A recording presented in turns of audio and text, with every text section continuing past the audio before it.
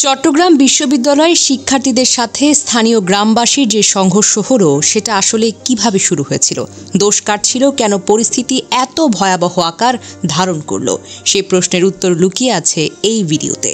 তাসনিম ফারজানা চট্টগ্রাম বিশ্ববিদ্যালয়ের ছাত্রী ও ঘটনার মূল প্রত্যক্ষদর্শী। সামাজিক মাধ্যমে তিনি লেখেন, আগে আমার অবস্থানটা ক্লিয়ার করি। আমার বাসা মাঝবাজারের ওই গলিতেই। ঘটনাস্থলে আমার আব্বু আম্মু ছিল। আমি কোনো জবরাবাসী না। আমার বড় পরিচয়, আমি বিশ্ববিদ্যালয়ের স্টুডেন্ট। কিন্তু বিশ্ববিদ্যালয়ের স্টুডেন্ট বলেই একতরফাভাবে কথা বলবো এই নীতিটা আমার না। ঘটনা যা সত্য, যা জানা দরকার এবং সেই অনুযায়ী ব্যবস্থা নেওয়ার দরকার ছিল। গত রাতে মেয়েটা দেরি করে বাসায় আসে। নির্দিষ্ট সময় পার হওয়ার পর দারোয়ান তখন ঘুমিয়ে গিয়েছিল তালা দিয়ে। মেয়েটা যখন আসে তখন দারোয়ান গেট খোলার পর মেয়েটার সাথে রাফ ব্যবহার করা শুরু করে আর মেয়েটা রেগে থাপ্পড় দিয়ে দেয়। তারপর দারোয়ানও মেয়েটাকে থাপ্পড় দেয়, বুকে লাথি মারে।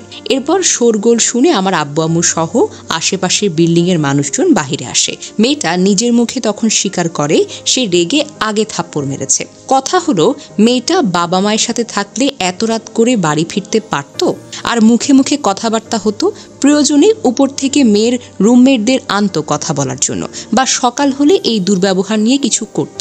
তা না করে বাবার বয়সী বয়স্ক একটা লোককে থাপ্পড় মারলো, তাও কি আবার 24-25 বছরের ছোট্ট মেয়েটা। যাক, রাগের মাথায় ঘটনা ঘটে গেছে একটা। আমার আব্বু আম্মু সহ এরিয়ার মানুষজন বলল সকালে এটা মিটমাট করা হবে, এত রাতে ঘটনা না বাড়াতে। কিন্তু তাদের কথা, আগুন লাগলে সাথে সাথে পানি দিতে হয় আর এখনই সব বিহিত করতে হবে। ততক্ষণে দারোয়ান সরে যায়। তার যেহেতু দোষ আছে তাই তারও মাইর খাওয়ার ভয় আছে।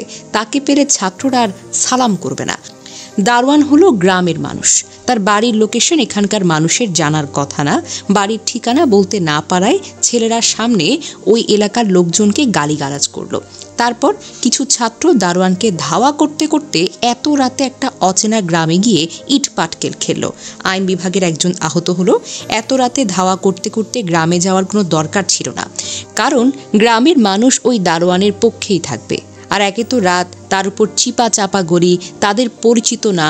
পানিতে নেমে কুমিরের সঙ্গে লড়াই করা হচ্ছে, তাও আবার এত রাতে। আহত হওয়ার ঝুঁকি তো থাকবেই। তারপর এটাকে কেন্দ্র করে দলে দলে ছাত্র আসা শুরু করলো। এসব নিয়ে বাড়াবাড়ির ফল গ্রামবাসীও নিজেদের উপর সেফটির জন্য মসজিদে অ্যানাউন্স করে মানুষজন ডাকা শুরু করলো। আপনারা নিজেদের গ্রামের কথা একবার ভাবেন না, যখন আপনাদেরকে কেউ ডাকবে আপনারা যাবেন না?